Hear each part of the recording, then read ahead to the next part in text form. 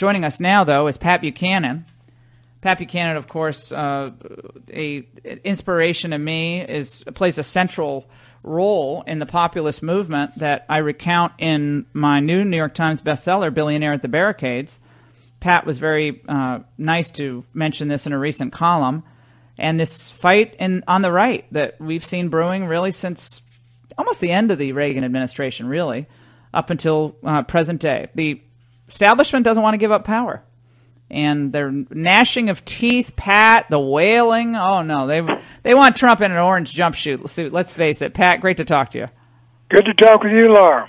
So what do you make of this Mueller indictment of Manafort and his associate, his deputy, Richard Gates? There's, money laundering, conspiracy, false statements. Looks like they were... I thought the investigation was supposed to be about collusion between Trump and Putin.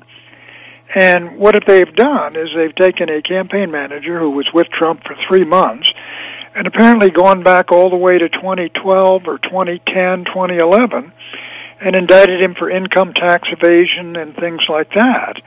So what it tells me is that after a year of investigation, or more than that by the FBI, and many, many months by Mr. Mueller, they haven't got it. They have not found the smoking gun, as you mentioned, on the collusion between Trump and Vladimir Putin. And so I think that, I think this is going to be something of a letdown to these folks, but they have covered up the far more interesting stuff that went on last week as to who was putting together this plot to destroy Donald Trump during the primaries and general election. Yeah, on the first half hour of the show, we didn't even mention that because we were going through the indictment. But, of course, whether it's the sale of our uranium to Russia or the, other outrages perpetrated in this the fellows at the Free Beacon seem to have had a role here. Yeah, Pat, I saw that and I thought of you. Singer. I saw that and I thought of you because we have this Free Beacon, which is a neoconservative... Little neocon magazine was spending a tremendous amount of money, apparently financed by one of our Republican oligarchs, to dig up dirt on Donald Trump for about 6 or 8 months. They should write something up on that and show the kids how democracy works in this great republic. This is your democracy on globalism. Well, Pat, I think that again the establishment saw the distinct possibility back and during the campaign that Donald Trump might win the nomination. So of course the globalists in the Republican Party, the old neoconservatives who never met a war, they didn't want to send someone else to fight, they were just enraged at the idea that this guy was getting so much airtime in 2015 and then into 2016. They didn't want to debate him on the issues because they knew that the issues, that from trade to immigration to these foreign wars, they were on Trump's side. People were on Trump's side. They didn't want to debate the issues. They wanted to destroy him personally. So they began this Oppo research investment through the multi-billionaire Paul Singer, and then they ultimately dropped it, and then it was picked up by Hillary and the DNC. Hillary and the DNC, and apparently about something like was either $9 to $11 million.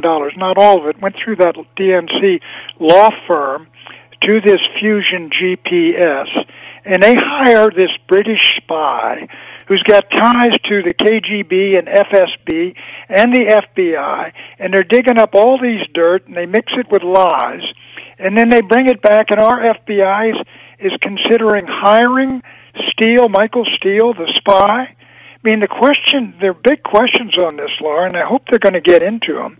Or was this dossier in the dirt this fellow got from the Russians, was that sent to the FBI, passed on to the White House, and used for unmasking the phone calls of Trump, used for beginning the big investigation into Trump and all the rest of it? And were the Russians, I saw Mark Stein, he had a good line. He said, everybody seems to have colluded with the Russians but Trump. Yeah, the neocons, the Hillary, the DNC. And Hillary hand in hand. Yeah. So again, the question is, Bob Mueller was FBI director when all of these things were happening with the uranium one, and he was FBI director then. So the question is, if you're going to do a big Russia collusion investigation, and you're going to apparently bring to light everything related to the investigation that you discover that could be criminal, then how can he actually oversee this part of the investigation? He has a conflict of interest on this. Well, he has a real conflict of interest if you go back to the Uranium One deal. There's no doubt about it. He was head of the FBI then. But James Comey was head of the FBI when Steele was doing all this stuff with the Russians, and then they were feeding the material to the FBI. And then apparently the FBI offered Steele money to continue working for them. So this is the guy who is investigating Trump and also working with a guy who's in touch with the Russians and working with them. This thing stinks to high heaven, and you haven't got all the dots connected yet. But what was the basis for those FISA warrants that were issued, to look into Donald Trump's people? And what was the basis of unmasking all the phone calls with all Trump's people with the Russians? I mean, the real connection here, it seems to me we haven't connected all the dots, is between the Steele, the Russians, the KGB and FSB agents, and then the FBI, and what went to the White House. Well, do we know if the FBI paid any money for this information? I don't think they did. There's talk about it, that they offered to have Steele continue working for them. I've seen it published. I don't have obviously the facts on it, but there's been a lot of good work by a lot of journalists. Some of them in the Washington Times and elsewhere have done a great job. By the way, Pat, we're talking to Pat Buchanan here on the Laura Ingraham Show.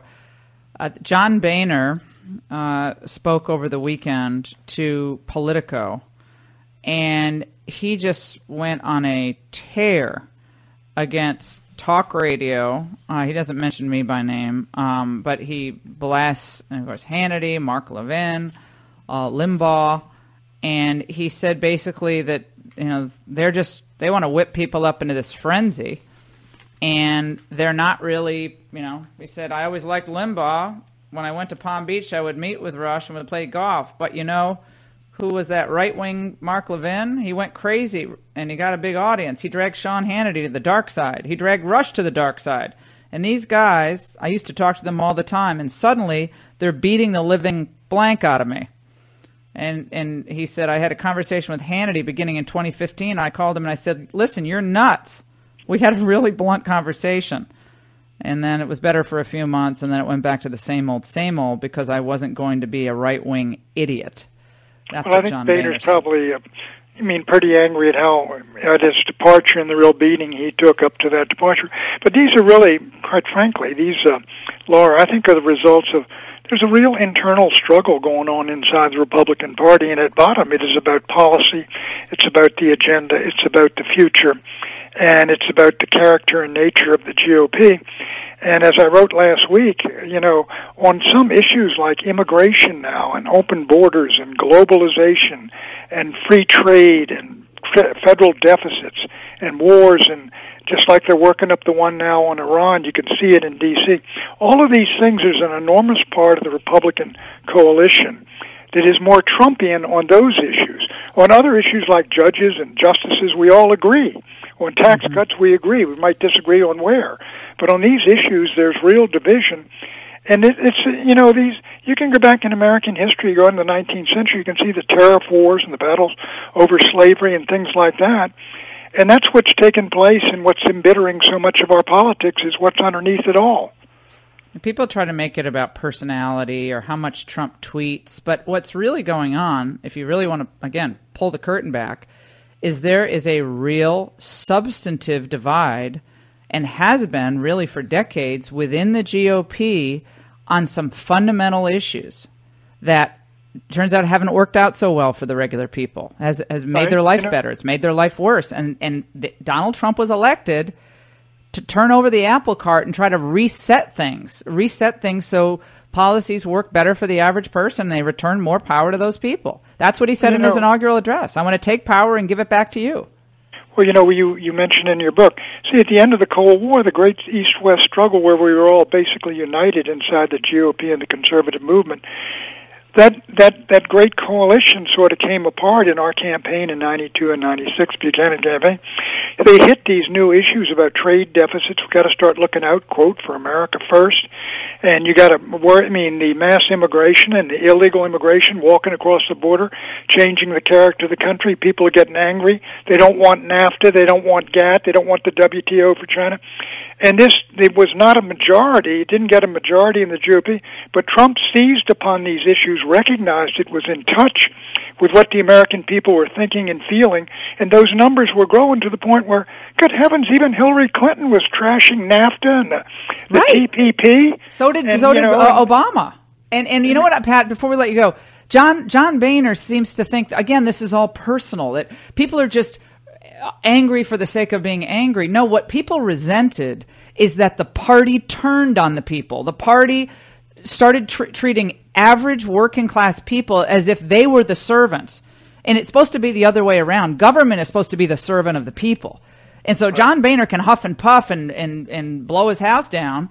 But the bottom line is people just wanted a different set of policies. They didn't like these policies. But the establishment still doesn't get that, Pat. They still think these policies have a constituency.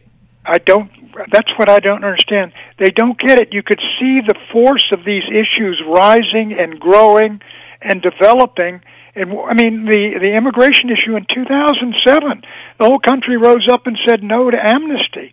When Obama was going to bomb Syria or take us to war with Syria, they rose up and said no. I just don't understand the elites. I can understand how you can start to get out of touch, but they lost touch totally. And quite frankly, they seem almost unwilling to address the fundamental concerns of an enormous part of their constituency that Donald Trump walked away with. If Donald Trump goes away tomorrow, Pat, this populist movement continues. I think it's going to. Yeah, the Republican Party's going to have to reconcile itself to it. Yeah, they're going to have to do more for the people, and it's not just big business or big media or big universities you want to please. It's the regular people who pay the bills. Pat Buchanan, just the best. Thank you so much for joining us.